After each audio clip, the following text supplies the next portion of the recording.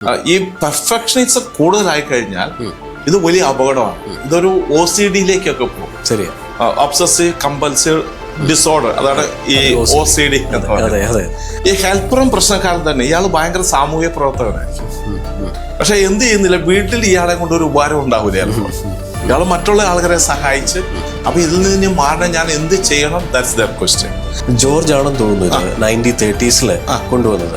അപ്പൊ ഈ spiritual simple എന്ന് പറയാൻ കാരണം ഒരു സ്പിരിച്വലി അല്ലെങ്കിൽ ഈ പറയുന്ന ബിസിനസ് ലൈഫിൽ ഒരുപാട് അഡോപ്റ്റ് ചെയ്തേക്കുന്ന ഒരു മെക്കാനിസം. ഈ സ്പിരിച്വാലിറ്റി ഏതൊരു വ്യക്തിയുടെ ജീവിതത്തിലും അത് മോസ്റ്റ് ഇമ്പോർട്ടന്റ് തന്നെയാണ്. അത് സ്ഥാപനമായിക്കോട്ടെ, വീടായിക്കോട്ടെ. അതെ അതെ സർ, ആക്ച്വലി ഒരുപാട് തലങ്ങൾ ഇത് കേട്ടിട്ടുണ്ട്. സ്പിരിച്വൽ ലൈഫിലും ബിസിനസ് ലൈഫിലും ഒരുപോലെ എന്താ പറയുക ഇൻഫ്ലുവൻസ് ചെയ്യുന്ന ഒരു സെഗ്മെന്റ് ആണ്.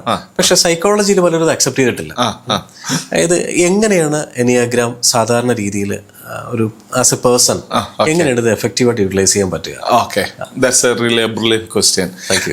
എനിയാഗ്രാം എന്നത് ഒരുപക്ഷെ ലോകത്തിലെ ഏറ്റവും പരിശീലന പഠന മേഖലയിലെ ഏറ്റവും ആദ്യമേ ഉണ്ടായിരുന്ന ഒരു ഭാഗമാണ് ഈ എനിയാഗ്രാം എന്ന് പറയുന്നത്. ഇതൊരു സൂഫിസം ആയിട്ട് ഒരു റിലേറ്റഡ് ആണ് എന്നും ഇങ്ങനെ പറയുന്നുണ്ട്. ഓക്കെ, അല്ലെങ്കിൽ അവരിത് ഉപയോഗിച്ചിരുന്നു എന്ന് പറയുന്നുണ്ട്.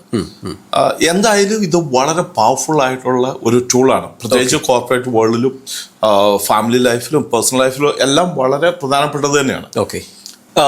എനിയാഗ്രാം എനിയ എന്ന് പറയുന്ന 9 എന്നതാണ് അതിന്റെ യഥാർത്ഥ അർത്ഥം. 9 ഗ്രാമൂസ് എന്ന് പറഞ്ഞാൽ കൂർത്തത് എന്നാണ് അർത്ഥം. അപ്പം ഇതിനെ നമ്മൾ ഇതിലേക്ക് എനിയാഗ്രാമിലേക്ക് നമ്മൾ കൊണ്ടുവരുമ്പോൾ ഈ ലോകത്തില് 9 ടൈപ്പ് ഓഫ് ആൾക്കാരുണ്ട്. ഓക്കെ, അപ്പം നമ്മളെല്ലാവരും ഇതിൽ ഏതെങ്കിലും ഒന്ന് ഡോമിനന്റും അതിനോടടുത്ത് തൊട്ട് താഴെയുള്ള പ്രത്യേകതകളും ഉണ്ട്. അപ്പൊ ഒന്നാമത്തെ ആളെ നമ്മൾ വിളിക്കുന്നത് ഒരു പെർഫെക്ഷനിസ്റ്റ് എന്ന് വിളിക്കും. അപ്പം ഈ ആള് പെർഫെക്ഷനിസ്റ്റ് ആണ് എന്ന് ഇയാൾ അറിയണമെന്നില്ല. നമ്മൾ സൈക്കോളജി അനങ്കാസ്റ്റിക് എന്നൊക്കെ വിളിക്കും. ഈ പെർഫെക്ഷനിസം കൂടുതലായി കഴിഞ്ഞാൽ ഇത് വലിയ അപകടമാണ്. ഇതൊരു OCD-ലേക്കൊക്കെ പോകും. ശരിയാ. ഒബ്സസീവ് കമ്പൽസീവ് ഡിസോർഡർ, അതാണ് ഈ OCD എന്ന് പറയുന്നത്. അത്തരത്തിലുള്ള ആൾക്കാര് അവർ വീട്ടിലാണെങ്കിലും സ്ഥാപനത്തിലാണെങ്കിലും നാട്ടിലാണെങ്കിലും വീട്ടിലാണെങ്കിലും അയാൾ പ്രശ്നക്കാരൻ തന്നെയാണ്. കാരണം ഇയാൾ വീട്ടിൽ വന്നു കഴിഞ്ഞാൽ എല്ലാം പെർഫെക്റ്റ് ആയിട്ടിരിക്കണം. അപ്പം നമുക്കറിയാം, വീടുകളിൽ കുഞ്ഞുങ്ങളൊക്കെ ഉള്ളതാണ്, അല്ലെങ്കിൽ പേരൻസ് ഉണ്ടാവും, അല്ലെങ്കിൽ മറ്റു പല സാഹചര്യങ്ങളും ഉള്ളത് കൊണ്ടും ഈ പലതും ഇദ്ദേഹം ആഗ്രഹിക്കുന്ന പോലെ ഓർഗനൈസ്ഡ് ആയിരിക്കില്ല. അങ്ങനെ ഓർഗനൈസ്ഡ് അല്ലാതെ വരുമ്പോൾ ഇയാൾ വളരെയധികം അസ്വസ്ഥനാവും. ഈ അസ്വസ്ഥത എവിടെ പ്രകടിപ്പിക്കും? അയാൾ വീട്ടിൽ പ്രശ്നം ഉണ്ടാകും. ശരിയാ. അപ്പം അതാണ് ഈ പെർഫെക്ഷനിസ്റ്റ് വന്നു കഴിഞ്ഞാൽ ഭയങ്കര പ്രശ്നം ഉണ്ടാവും എല്ലാത്തിലും. അതാണ് ഒന്നാമത്തെ ടൈപ്പ്. രണ്ടാമത്തെ ടൈപ്പ് ഹെൽപ്പർ എന്ന് പറയും. ഈ ഹെൽപ്പറും പ്രശ്നക്കാരൻ തന്നെ. ഇയാൾ ഭയങ്കര സാമൂഹ്യ പ്രവർത്തകനായിരിക്കും, പക്ഷെ എന്ത് ചെയ്യുന്നില്ല, വീട്ടിൽ ഇയാളെ കൊണ്ട് ഒരു ഉപകാരം ഉണ്ടാവില്ല. ഇയാൾ മറ്റുള്ള ആൾക്കാരെ സഹായിച്ച് മറ്റുള്ള കാര്യങ്ങളൊക്കെ വളരെ അത് അദ്ദേഹത്തിന്റെ ഒരു പാഷനായിട്ട് അദ്ദേഹം ചെയ്യും.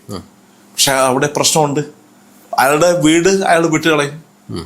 ഇനി ഇതിനെ എങ്ങനെയാണ് നമ്മളൊരു കോർപ്പറേറ്റ് വേൾഡിലേക്ക് കൊണ്ടുവരാൻ? ഇൻട്രസ്റ്റിംഗ്. ഇപ്പം നമ്മള് ഒരു സ്ഥാപനത്തിൽ അവർ പറയുകയാണ് നല്ല ബിസിനസ് ഉണ്ട്, നല്ല ടേൺ ഓവർ ഉണ്ട്, എല്ലാം പെർഫെക്റ്റ് ആണ്. അതേസമയം towards the end of the year ലാഭം വളരെയധികം കുറവാണ്. അപ്പം നമ്മൾ സാധാരണഗതിയിൽ ചെയ്യുന്ന പ്രൊസീജിയേഴ്സ് ഉണ്ട്. ബാലൻസ് ഷീറ്റ്, എവിടെയാണ് എക്സ്പെൻസ് കൂടുതൽ വന്നത്, എവിടെയാണ് കാണാതെ പോയിരിക്കുന്നത്, അങ്ങനെയുള്ള ധാരാളം ടെക്നിക്കുകൾ ഉപയോഗിച്ചുകൊണ്ട് നമ്മൾ അത് കണ്ടെത്തും എവിടെയാണ് പ്രശ്നം വന്നിരിക്കുന്നത്. ഒരു പരിധിവരെ എല്ലാം ഓക്കെ ആയിരിക്കും. പിന്നീട് നമ്മൾ ചെയ്യാൻ പോകുന്നത് എന്താണ്? ഈ ഡിസിഷൻ മേക്കേഴ്സ് ആയിട്ടുള്ള ഓണേഴ്സിനെ ആയിരിക്കും, അല്ലെങ്കിൽ അതിന്റെ MD. അപ്പൊ ഇവര് 2 പേര് പാർട്ട്ണർഷിപ്പ് ആണെങ്കിൽ ഇവർ 2 പേരും എന്താണ് ഹെൽപ്പേഴ്സ് ആണ് എങ്കിൽ എന്ത് ചെയ്യും?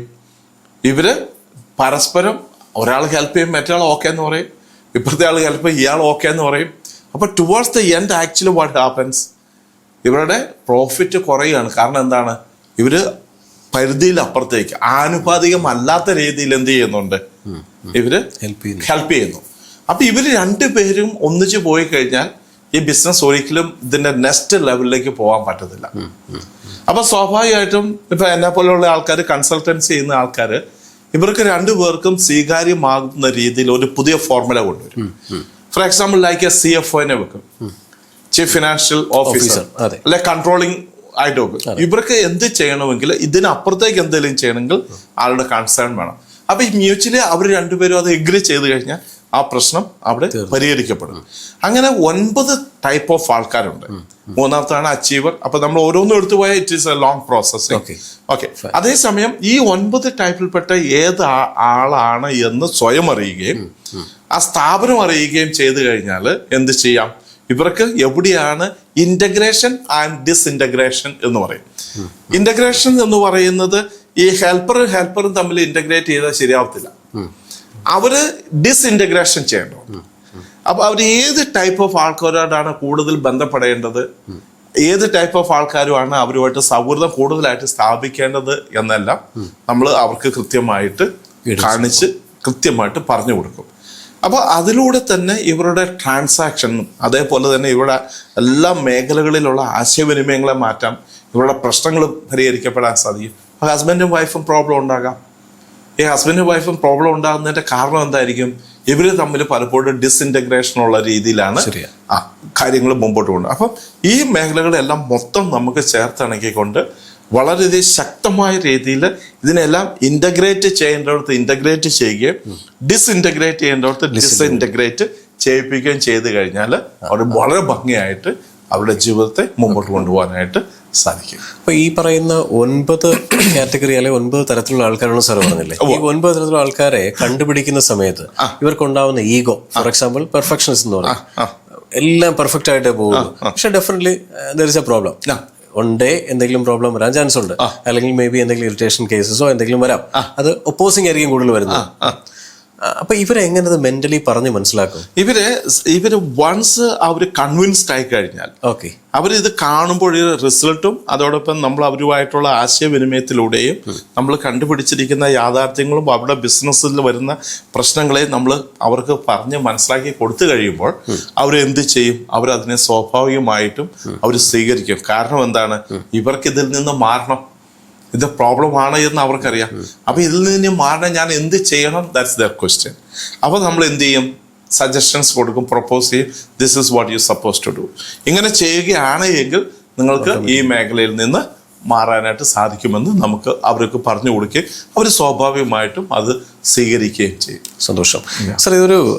ഇതിന്റെ ഒരു സ്പിരിച്വൽ സിമ്പൽ ഒരു മിസ്റ്റർ ജോർജ് ആണെന്ന് തോന്നുന്നു ഇത് 1930s കൊണ്ടുവന്നത്. അപ്പൊ ഈ സ്പിരിച്വൽ സിമ്പിൾ എന്ന് പറയാൻ കാരണം ഇവര് സ്പിരിച്വലി അല്ലെങ്കിൽ ഈ പറയുന്ന ബിസിനസ് ലൈഫിൽ ഒരുപാട് അഡോപ്റ്റ് ചെയ്തേക്കുന്ന ഒരു മെക്കാനിസം. അത് എന്തുകൊണ്ടാണ് ഈ സ്പിരിച്വൽ സിമ്പിൾ ഇതിനകത്ത് കൂടുതൽ നിൽക്കുന്നത്? അതായത് ശരിക്കും പറഞ്ഞാൽ പല യൂണിവേഴ്സിറ്റികളിലും ഇപ്പോഴും ഒരു പുതിയ സബ്ജക്റ്റ് പോലും അഡാപ്റ്റ് ചെയ്തിരിക്കുന്നത് സ്പിരിച്വാലിറ്റി ഇൻ മാനേജ്മെന്റ് എന്ന് പറയുന്ന ഒരു സബ്ജക്റ്റ് ഉണ്ട്. ഓക്കെ.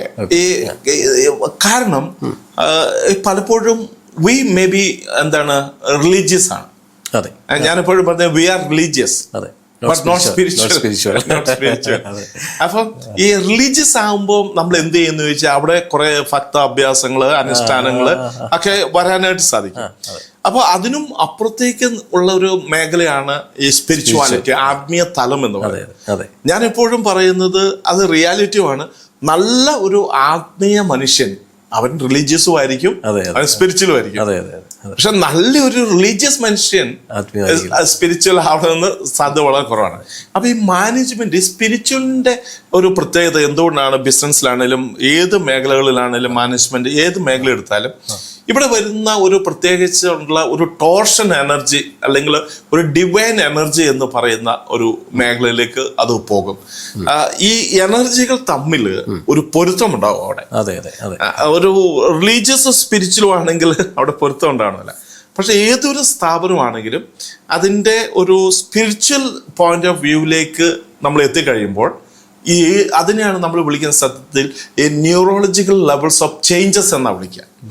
ഈ ന്യൂറോളജിക്കൽ ലെവൽസ് ഓഫ് ചേഞ്ചസിൽ നമ്മൾ ഐഡന്റിറ്റി അഥവാ എൻ്റെ സെൽഫ് കഴിഞ്ഞാൽ പിന്നെ പോകുന്നത് സെൻസ് ഓഫ് ബിലോങ്ങിങ്സ് എന്ന് പറയുന്ന യൂണിവേഴ്സലിലേക്കാണ് പോകുന്നത്. ഓക്കെ. അപ്പൊ ഈ യൂണിവേഴ്സലിലേക്ക് നമ്മൾ പോകുമ്പോൾ നമ്മൾ അവിടെ എന്താണ്, യൂണിവേഴ്സലിന് ഒരു നിയമമേ ഉള്ളൂ, അത് ഒരു സ്പിരിച്വലി തന്നെയാണ്. അതിലേക്ക് നമ്മൾ കണക്ട് ചെയ്യപ്പെടുകയാണ്. അതുകൊണ്ടാണ് ഈ സ്പിരിച്വാലിറ്റി ഏതൊരു വ്യക്തിയുടെ ജീവിതത്തിലും അത് മോസ്റ്റ് ഇമ്പോർട്ടൻ്റ് തന്നെയാണ്. അത് സ്ഥാപനമായിക്കോട്ടെ, വീടായിക്കോട്ടെ. അതെ അതെ അതെ അതുകൊണ്ടാണ് അത്, കാരണം അവിടെ എനർജി കോൺഫ്ലിക്ട്സ് ഇല്ല. അതെ അതെ അതെ അതെ അതെ എന്തായാലും നമ്മളെല്ലാവരും എനർജി വേൾഡിലുള്ളവരാണ്. എനർജിയെ തിരിച്ചറിയുന്ന സമയങ്ങളിലാണ് നമ്മൾ അടുത്ത തലങ്ങളിലേക്ക് പോകുന്നത്. എന്തായാലും ഈ പറയുന്ന സാറ് പറഞ്ഞ പോലെ 9 തലങ്ങൾ കണ്ടുപിടിക്കാൻ കഴിയട്ടെ. അതിൽ നിന്നും ഒരു സെൽഫ് ഇവാലുവേഷനോടുകൂടി നമ്മുടെ കുറവുകൾ മാറ്റി ഈ പറയുന്ന സെഗ്മെന്റിലേക്ക് നല്ല എക്സ്പേർട്ടിന്റെ സഹായത്തോടെ മുന്നോട്ട് പോകാൻ കഴിയട്ടെ. നന്ദി, നമസ്കാരം. Thank you very much.